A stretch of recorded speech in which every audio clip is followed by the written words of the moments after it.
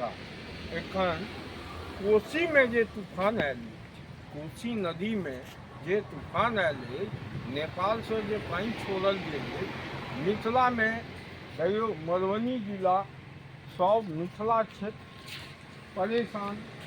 पानी से बारिश भेलै नहीं, लेकिन बाढ़ि आबि कऽ फसल के नुकसान सेहो जे कनि मनी छलैए से नाश केलकै। देखियौ भाग कतेक तेज कि 600 गाँव बेनीपट्टी वाला में रोड में सारी सब गाँव के और मछुआरा अपन माछ के शिकार रोजी कमा ले।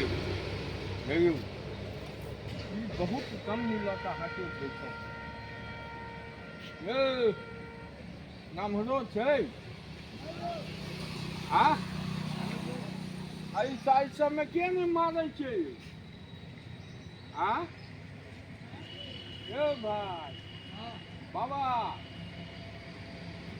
आगे तो जच्ची से सारा निकल रहा है बाबा।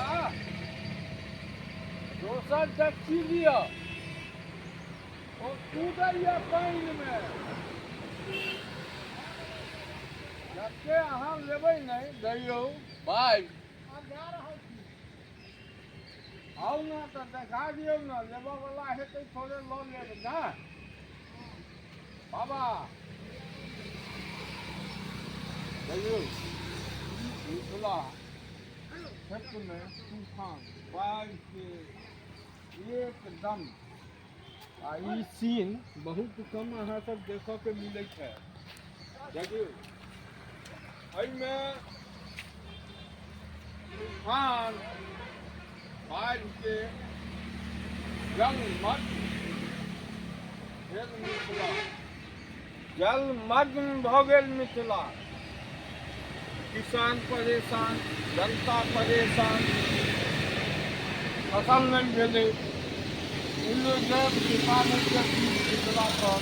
आ नेपाल से कोसी में 44 साल के रिकॉर्ड में पहिल बेर 56टा फाटक सेहो खोलि देलक।